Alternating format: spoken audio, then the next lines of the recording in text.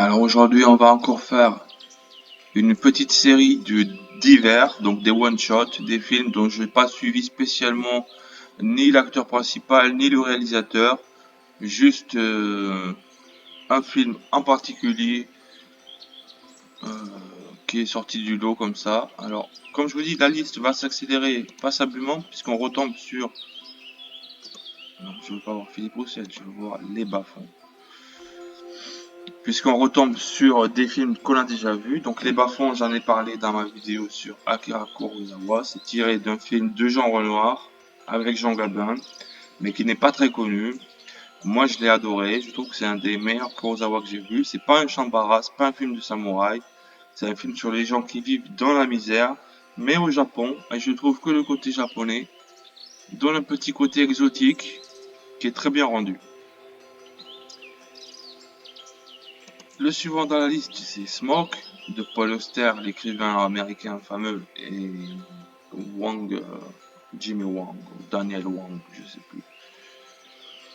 Donc un immigré américain. Sur la vie d'un buraliste à la Brooklyn, et ça vous présente New York. J'ai bien aimé parce que ça vous montre New York d'un point de vue qu'on n'a pas l'habitude de voir, avec autre chose que des flingues et des courses de voitures. Par contre, je sais pas, mais j'ai cru entendre qu'on m'a dit que Smoke Brooklyn Boogie, et c'était une trilogie, donc il y en a une troisième, j'étais persuadé qu'il y en avait que deux.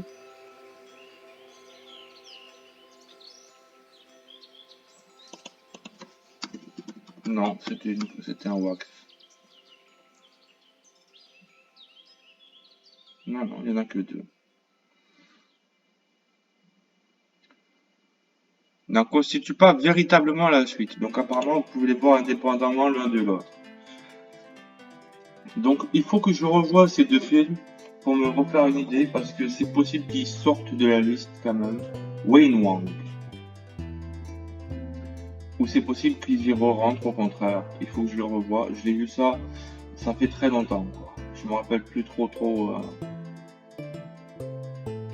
Il y a une belle panoplie, un beau plateau de brochettes d'acteurs connus. Mais c'est avec Ethel, le personnage central, c'est lui le buraliste.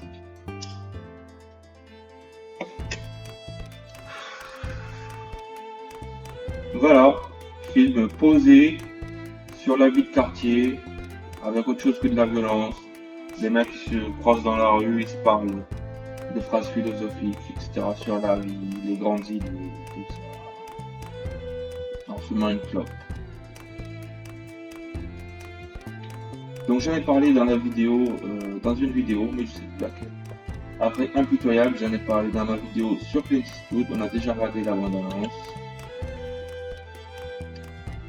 Et pour quelques dollars de plus, pareil, j'en ai parlé dans ma vidéo sur Clint Eastwood. Donc le prochain sur la liste, c'est Kuro, un film de Joji Koyama et Toriko Noreko.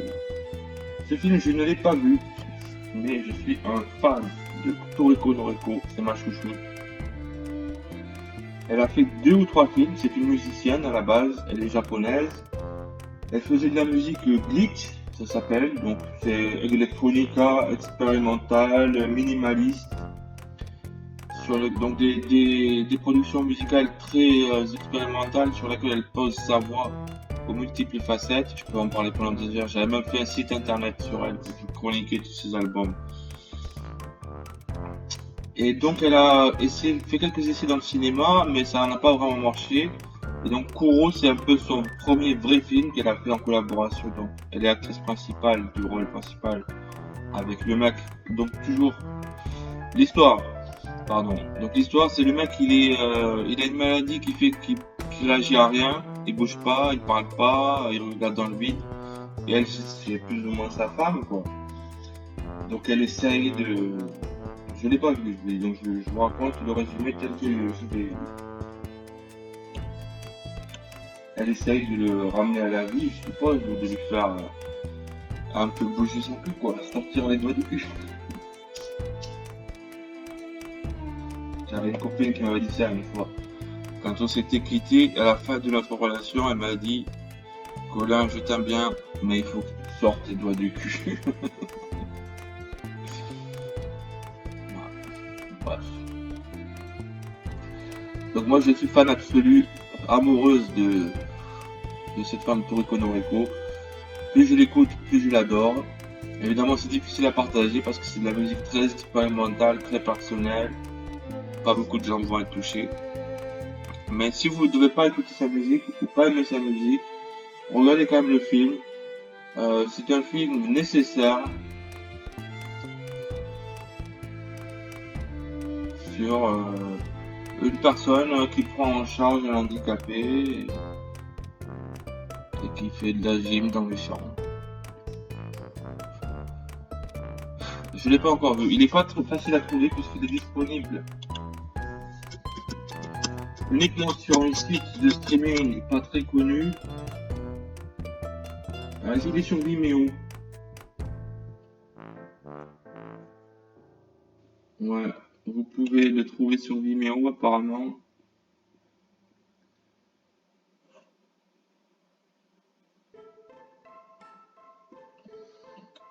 Donc si vous avez une carte bleue, vous pouvez le regarder quoi.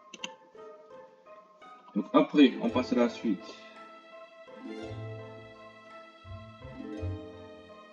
Il en reste deux à chroniquer. Après on passera à Charlie Chaplin, qui aura sa propre vidéo bien entendu. Donc il était une fois dans l'Ouest. J'avais un peu peur de l'avoir oublié parce que j'étais sûr d'avoir mis la trilogie du dollar avec Clint Eastwood. Mais il était une fois dans l'Ouest qui est tout aussi culte, même s'il n'y a pas Clint Eastwood, avec Claudia Cardinal. Bon, j'allais parler dans ma vidéo sur Clint Eastwood et Sergio Leone et Ennio Morricone n'était pas le dernier de la bande. Charles Bronson. Il avait déjà un harmonica. Cette scène, je le connais par cœur. Vous avez amené un cheval de trop. C'est ma film culte. Et donc après, je vais parler de ce petit film qui est le plus récent de la bande, je pense, 2017. Il a déjà 4 ans pourtant. Ça fait 4 ans que j'ai pas vu un film qui m'a marqué.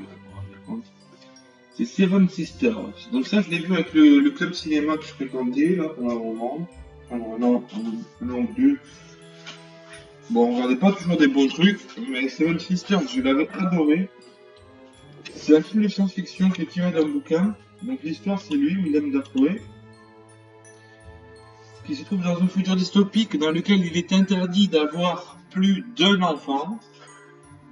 Les supplémentaires sont amenés dans des centres spéciaux où en réalité ils sont tués, quoi. Et lui, un jour, il accouche de 7 filles à sa femme.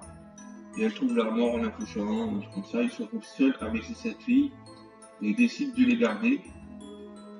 Et donc il les baptise lundi, mardi, mercredi, jeudi, vendredi, samedi et dimanche. Pour pas se perdre. Et alors, ce qui est génial, c'est que... Qu'est-ce que je voulais dire déjà? Merde, j'ai oublié ce que je voulais dire. Et donc il finit par mourir. Et il se passe un truc d'abord, c'est qu'un jour il y en a une qui fait une fugue. Ah oui, il leur donne l'ordre de sortir chacune le jour de la semaine qui correspond à leur nom et de faire croire à tout le monde qu'en fait il n'y en a qu'une et que c'est toujours la même. Mais chaque jour c'est une des 7 qui sort, qui va à l'école, etc. Et un jour il y en a une qui fait une fugue pour aller faire du skate et elle se coupe le doigt, je sais pas comment elle se démerde, elle s'arrache le doigt de la main gauche. Et du coup, il leur dit, vous savez ce qui vous attend? Regardez son doigt. Il manque un doigt. Vous allez tout passer et il prend un couteau et il leur coupe à tout le doigt pour que personne ne sache qu'en fait elles sont 7. Ensuite, ils meurent, elles deviennent adultes, elles continuent leur petit manège. Et donc c'est Noomi Rapace, l'actrice qui joue les rôles. Alors, par contre, autant le début de l'histoire que je vous ai un peu spoilé, je vous ai dit juste une petite anecdote, j'en dis pas trop, et je trouve super génial, quoi. Autant vers la moitié, les 3/4 du film, il est assez long, je crois, ça part dans un délire où on comprend plus rien. À mon avis, il faut lire le bouquin d'abord. Et ensuite, regardez le film. Parce que moi, j'ai pas trop compris comment à la fin. Il y en a une qui disparaît, en tout cas, et elles partent à sa recherche. Elles ont peur que leur stratagème soit découvert. Tommy Wirkola, le réalisateur, est l'occasion d'une histoire, mais il a fait Hansel et Gretel.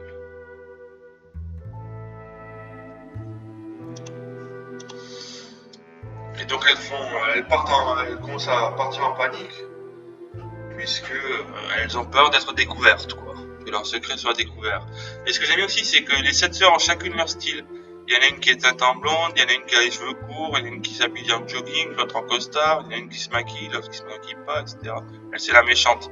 C'est la ministre qui extermine les enfants supplémentaires. Mais là, vous ne devinerez jamais la fin. Effectivement, à la fin, ça part un peu en coucouille. Mais ça reste un très très bon film sur la dystopie, où avoir plus d'un seul enfant est interdit, et du coup, ils massacrent les enfants supplémentaires. Ils veulent survivre, quoi. Il veut garder ses 7 filles. Voilà, moi, il m'a convaincu. Je l'ai mis dans la liste. Peut-être qu'il mérite pas vraiment. C'est pas Blade Runner, quoi. Mais c'est parmi les films récents, celui que j'ai vu des 5 dernières années, c'est peut-être celui qui m'a le plus plu. J'allais dire fait bander, mais je suis pas. Ok, donc je vous laisse là pour ce Divers 2. Et après, on va parler de Charlie Chaplin.